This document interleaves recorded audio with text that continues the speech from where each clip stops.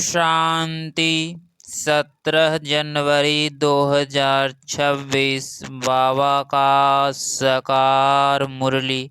मीठी बच्ची, जब यह भारत स्वर्ग था तब तुम घोर सोझरे में थे, अभी अंधियारा में है, फिर सोझरे में चलो।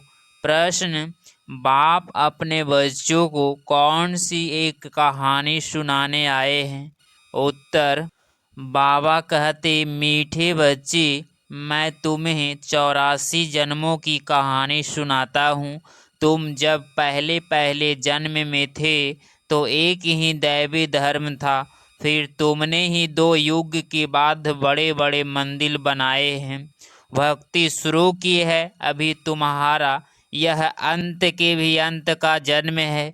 तुमने पुकारा, दुख हरता सुख करता आओ, अब मैं आया हूँ। गीत। आज अंधेरे में है इंसान, आज अंधेरे में है इंसान। ओम शांति। तुम बच्चे जानते हो, अभी यह कलयुगी दुनिया है, सब अंधियारे में है। पहले सोझरे में थे, जबकि भारत स्वर्ग था। यही भारतवासी जो अभी अपने को हिंदू कहलाते हैं, यह असुल देवी देवताएं थे।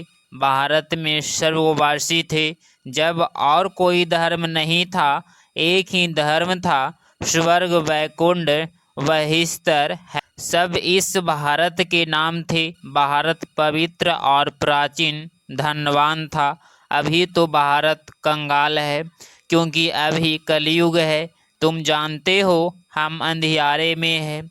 जब स्वर्ग में थे तो सोझरे में थे। स्वर्ग के राज्य राजेश्वर राज्य राजेश्वरी थी, लक्ष्मी नारायण थे, उनको सुख धाम कहा जाता है।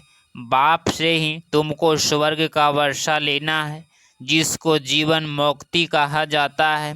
अभी तो सब जीवन बंध में है, खास भारत और आम दुनिया रावण की जेल में, शोक वाटिका में है। ऐसे नहीं, रावण सिर्फ लंका में था और राम भारत में था। उन्हें उसने आकर सीता चुराई। यह तो सब है दंत कथाएं। गीता है मुख्य सर्वशास्त्रमयी शिरोमणि, श्रीमद् यथार्थ भगवान की सुनाई हुई है।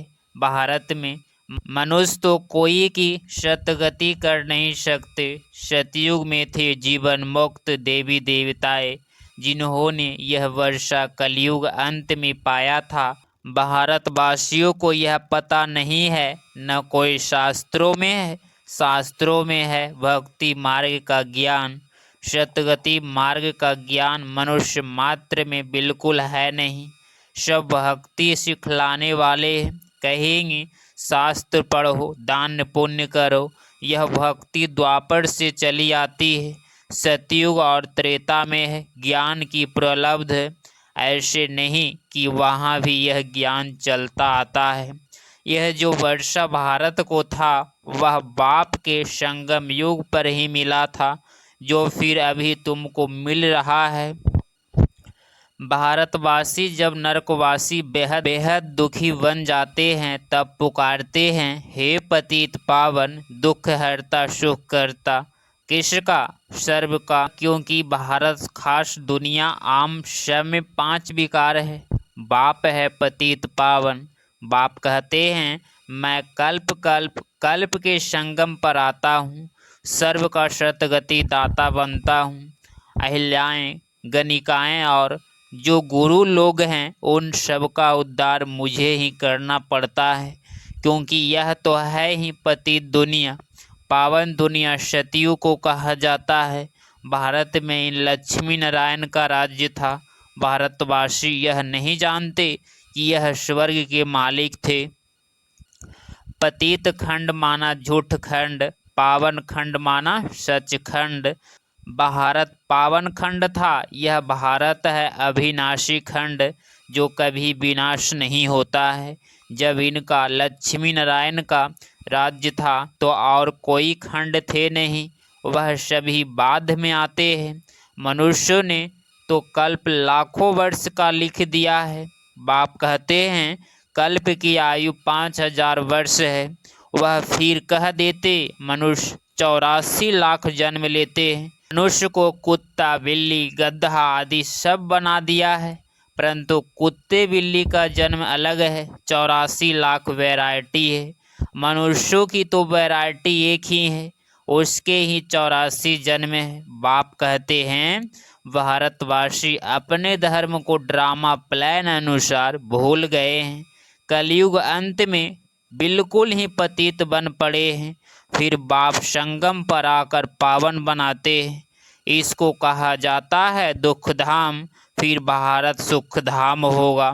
बाप कहते हैं, हे बच्चों, तुम भारतवासी स्वर्गवासी थे, फिर तुम 84 जन्मों की सीढ़ी उतरते हो। सतो से रजो तमो में जरूर आना है। तुम देवताओं जैसे धनवान, ever happy, ever healthy, wealthy कोई नहीं होता। भारत कितना शाहूकार था। हीरे जवाहरात तो पत्थरों में सल थे। 2 युग बाद भक्ति मार्ग में इतने बड़े बड़े मंदिर बनाते हैं, वह भी किसके बहारी मंदिर बनाए। सोमनाथ का मंदिर बड़े से बड़ा था, तो एक मंदिर तो नहीं होगा ना। और भी राजाओं के मंदिर थे, कितना लूट कर ले गए हैं।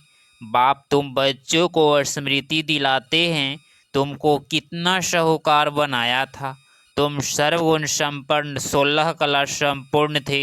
यथा महाराजा महारानी, उन्हों को भगवान भगवती भी कह सकते हैं, परंतु बाप ने समझाया है भगवान एक है, वह बाप है। सिर्फ ईश्वर वह प्रभु कहने से भी याद नहीं आता कि वह सभी आत्माओं का बाप है। बाप कहानी बैठ सुनाते हैं, अभी तुम्हारे बहुत जन्मों के अंत का जन्म है। एक की बात नहीं है, न कोई युद्ध का मैदान आदि है। भारतवासी यह भूल गए हैं कि उन्हों का राज्य था। सतियों की आयु लंबी कर देने से बहुत दूर ले गए हैं। बाप आकर समझाते हैं, मनुष्य को भगवान नहीं कह सकते, किसी की सतगति नहीं कर सकते। कहावत है, सर्व का सतगति दाता, पतितों को पावन करता एक है। एक ही सच्चा बाबा है, जो सचखंड की स्थापना करने वाला है। पूजा भी करते हैं, परंतु भक्ति मार्ग में तुम जिसकी पूजा करते आए हो, एक की भी बायोग्राफी को नहीं जानते। इसीलिए बाप समझाते हैं, तुम शिव जयंती तो मनाते हो ना। बाप है नई दुनिया का रचयिता, हेविनली गॉडफादर, बेहद सुख देने वाला। सतयुग में बहुत सुख था, वह कैसे और किसके स्थापन किया, यह बाप ही बैठ समझाते हैं। नरकवासी को आकर स्वर्गवासी बनाया, या भ्रष्टाचारियों को शिष्टाचारी देवता बनाना, यह तो बाप का ही काम है। बाप कहते हैं, मैं तुम बच्चों को पावन बनाता हूँ, तुम स्वर्ग के मालिक बनते हो। तुमको पतित कौन बनाते हैं? यह रावण। मनुष्य कह देते, दुख भी ईश्वर ही देते हैं। बाप कहते हैं, मैं तो सभी को इतना सुख देता हूँ, जो फिर आधा कल्प तुम बाप का सिमरन नहीं करेंगे। फिर जब रावण राज्य होता है तो सबकी पूजा करने लग पड़ते हैं। यह है तुम्हारे बहुत जन्मों के अंत का जन्म। कहते हैं, बाबा कितने जन्म हमने लिए? कहते हैं, मीठे मीठे भारतवासियों, हे आत्माओं, अब तुमको बेहद का वर्षा देता हूँ। बच्चे, तुमने 84 जन्म लिए, अभी तुम 21 जन्म के लिए बाप से वर्षा लेने आए हो। सभी तो इकट्ठे नहीं आएंगे। तुम ही सतियों का सूर्यवंशी पद फिर से लेते हो। यथार्थ सच्चे सत्य बाबा से सत्य नर से नारायण बनने का ज्ञान सुनते हो। यह है ज्ञान, वह है भक्ति।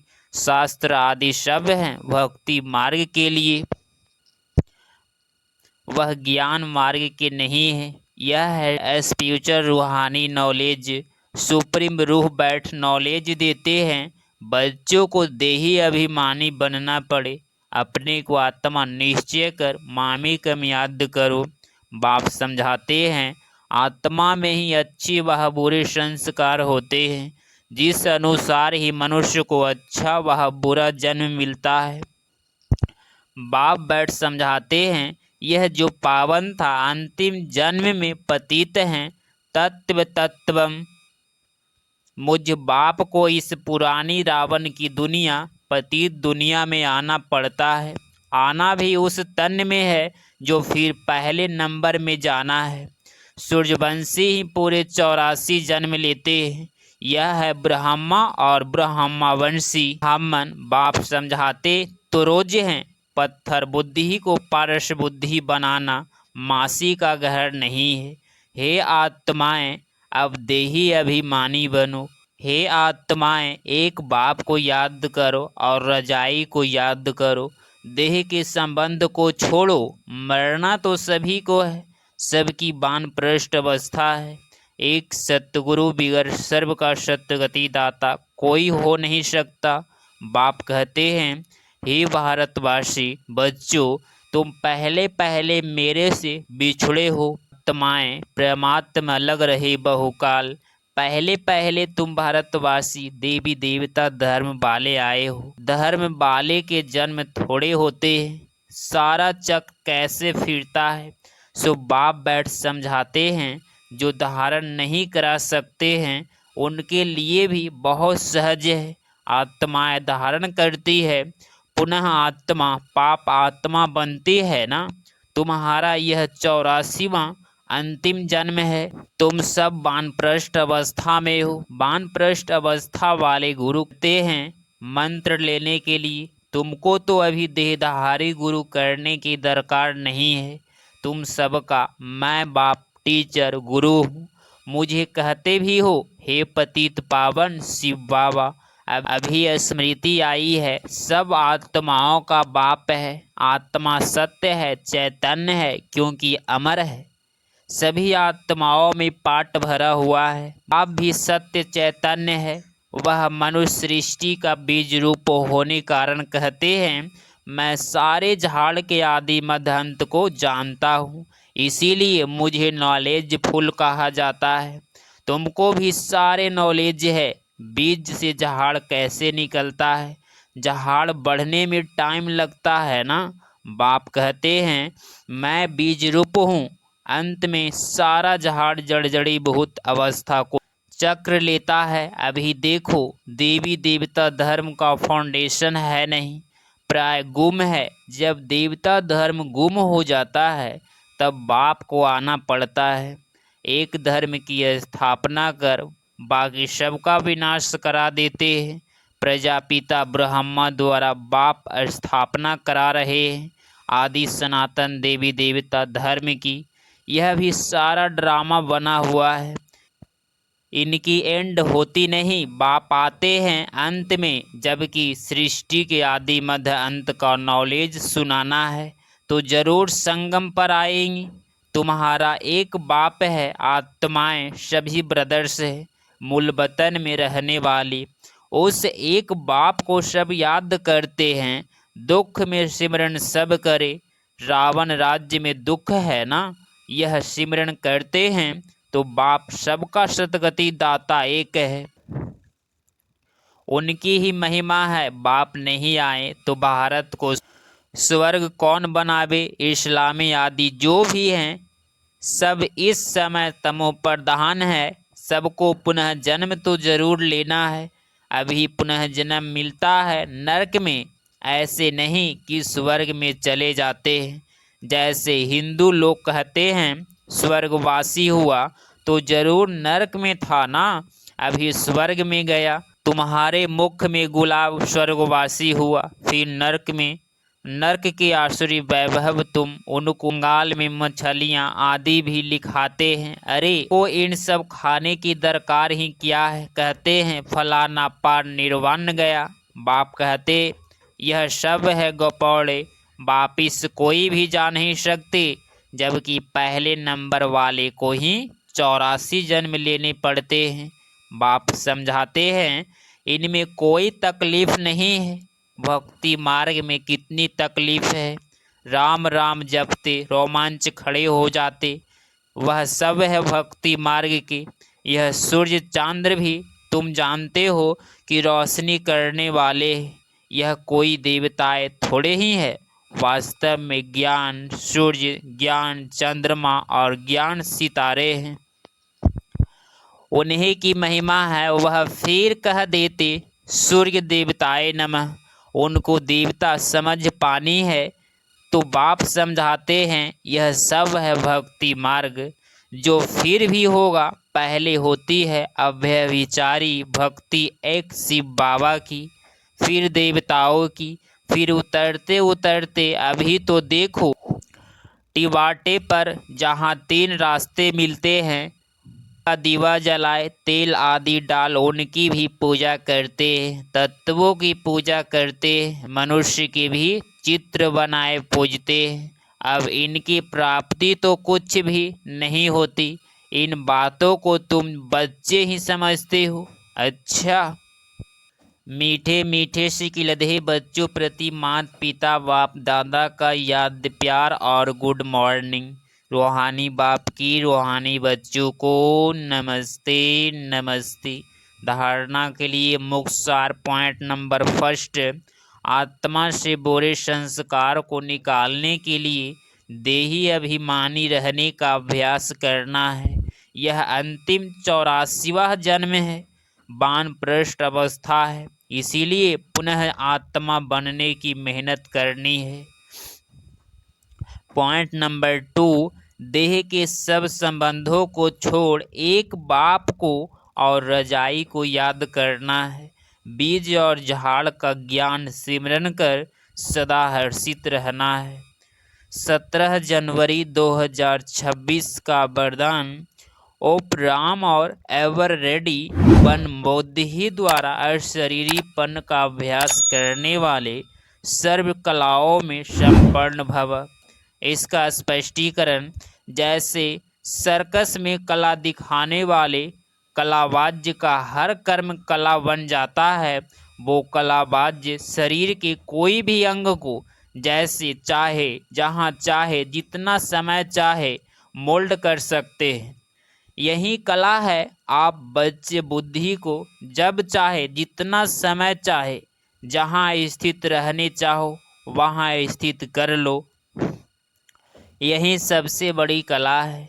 इस एक कला से 16 कला संपन्न बन जाएंगी।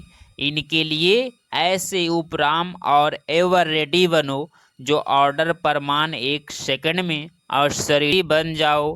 युद्ध में समय ना जाए। स्लोगन, सरलता और सहनशीलता के गुण को धारण करने वाले ही सच्चे स्नेही और सहयोगी है। अव्यक्त इशारे, इस अव्यक्ति मास में बंधन मुक्त रह जीवन मुक्त स्थिति का अनुभव करो।